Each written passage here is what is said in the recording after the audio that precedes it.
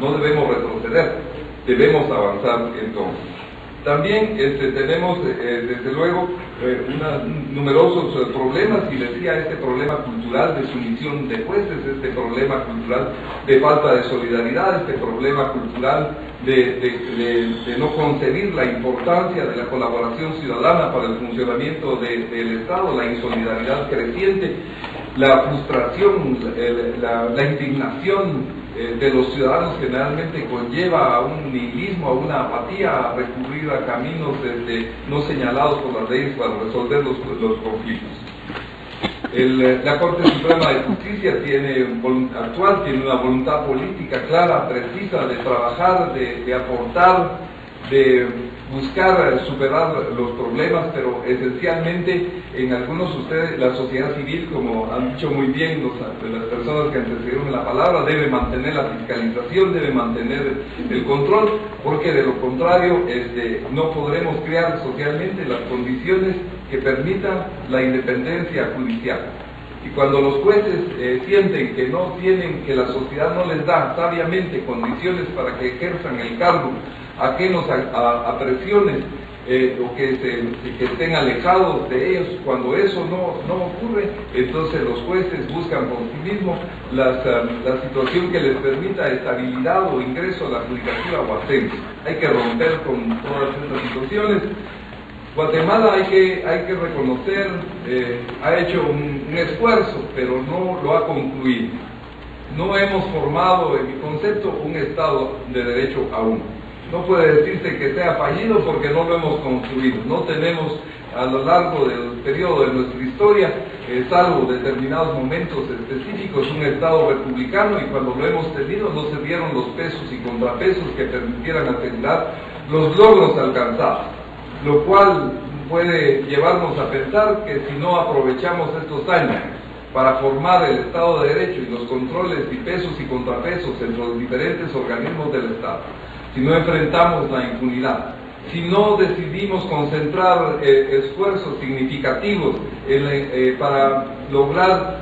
el acceso a la justicia y hacer eficientes los procesos judiciales, entonces en breve tiempo será cada vez más oscura y más difícil la vida en nuestro país. Pero qué bueno que tenemos este tipo de foros. Muchas gracias por la invitación. Como nueva Corte Suprema de Justicia, todo el Pleno y sus integrantes esperan realmente poder enfrentar el grave reto que se tiene enfrente, pero solos, sin recursos, sin apoyo, sin las modificaciones legales, sin las posibilidades reales de trabajar, pues incluso si la sociedad civil nos abandona, si la prensa nos deja de presionar, si deja de constantemente de difundir lo malo o lo bueno que hagamos,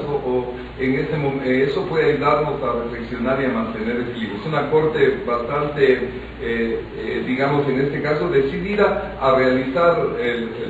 la actividad y las funciones y a cumplirlas con responsabilidad. Esa es la idea. Esperamos que se juzgue por las obras inmediatas, las obras que se vayan haciendo en el camino, y eso es lo que podemos ofrecer. Muchísimas gracias.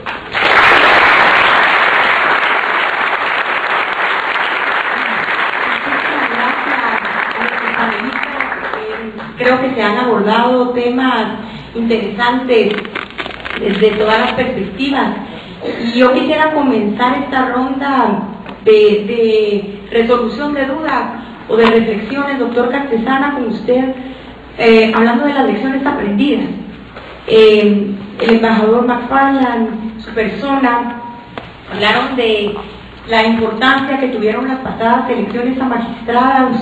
y la lección que dieron a Guatemala. Sin embargo, vimos una intervención del gobierno politizando las elecciones a magistrados. Por ejemplo, ProJusticia hizo denuncias claras y severas de la intervención de la primera dama Sandra de Colombia y su hermana Gloria Torres. Usted mismo, doctor Cartesana, denunció ante el Congreso la intervención de Roberto López de Atoro, el líder del TENIS, representando el interés de grupos paralelas, y la sociedad civil hizo públicas denuncias de participación de abogados y operadores de justicia involucrados en corrupción y crimen organizado. Mi pregunta es, ahora que nos toca la elección de una nueva Corte de Constitucionalidad, próximamente nos estaremos enfrentando a una nueva elección de Contralor, ¿qué mecanismos se utilizarán para garantizar que se elijan a los mejores magistrados, al mejor Contralor, tomando en cuenta que las organizaciones que participarán en las nuevas elecciones siguen siendo las mismas que fueron sindicadas de politizar la elección de magistrados para las Cortes Suprema y salas de apelaciones? ¿Cómo podemos los guatemaltecos confiar en quienes actuaron maliciosamente en este proceso? No, puede tomarse el tiempo. No, intentaré respetar lo de los 2 minutos, aunque esto es casi otra conferencia. Bueno, 3 minutos. A ver, yo creo que la clave la acaba de decir el magistrado Barrientos. Efectivamente, la Corte Suprema y las Cortes de Apelaciones se han convertido en espacios de poder. Es verdad. Yo he dicho más de una vez que en Guatemala ustedes juegan sin árbitro, y es por eso que el país es tan violento, porque casi todos los conflictos, no habiendo un dirimente, que tendría que ser siempre el organismo judicial, terminan degenerando con demasiada facilidad en violencia. Un país que tiene casi 500.000 de armas de fuego como herencia maldita del conflicto armado fuera de control, y en el que los partidos se juegan sin árbitro, pues termina generando muertos en una discusión entre vecinos, en una discusión conyugal o en una pelea por un accidente de tráfico. Eso significa efectivamente que el organismo judicial no está haciendo su tarea, pero que se ha convertido en un pastel que esas fuerzas en presencia se reparten desde hace muchos años por el procedimiento de las comisiones de postulación, y yo creo que las lecciones aprendidas, dependiendo de cómo estemos a tiempo, son básicamente: primero, ustedes han sido los que han hecho el cambio por esta vez, porque hubo una ley de comisiones de postulación que introducía transparencia y publicidad en el proceso, y eso fue un gran avance, y eso no hay que olvidarlo. Permitió que muchos candidatos malísimos se quedaran por el camino sin llegar a la lista final, pero de todas maneras en esa lista final quedaron unos cuantos que sencillamente, y para no andar otra vez con cuestionamientos personales, no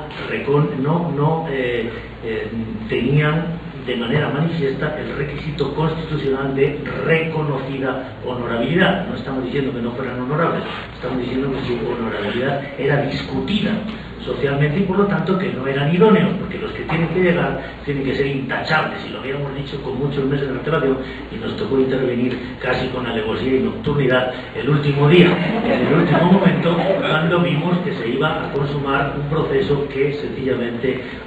creíamos que Guatemala no se merecía. Bien, yo creo que el resultado es extremadamente positivo, nunca es perfecto, pero en todo caso es el de una corte con la que podemos seguir trabajando, y ese era el objetivo. Entonces, la primera lección aprendida es, como yo reitero muchas veces, ustedes, ciudadanos de Guatemala, que no viven en una democracia perfecta, ninguna lo es, pero hay unas más perfectas que otras, no pueden limitarse a ejercer solo el derecho de sufragio. Tienen que ejercer el derecho de sufragio cada 4 años, pero además tienen que ejercer el de expresión, el de información, el de reunión, el de manifestación, y todos los que sean necesarios para conseguir que las instituciones se ajusten al ordenamiento jurídico y sobre todo al ordenamiento constitucional. Para esas elecciones, la más importante de las cuales, a los efectos del tema que hoy nos ocupa, es la de fiscal general, que es dentro de unos meses. Tenemos que aprender esas lecciones, seguir presionando en el mejor de los sentidos en el ejercicio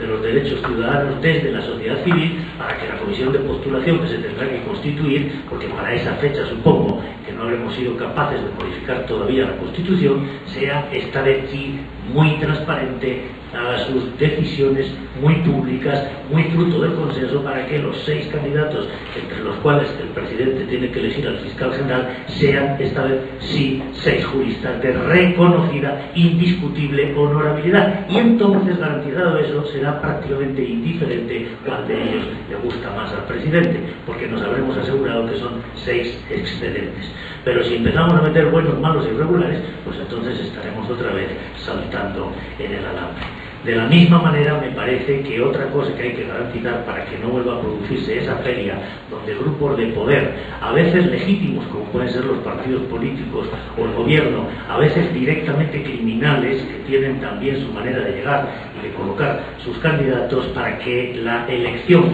no vuelva a convertirse en una feria, entonces ahí sí, porque ahora tenemos 5 años por delante, ocupémonos de que nunca más el organismo judicial se decapite él solo, destituyendo a sus 13 magistrados de la Corte Suprema de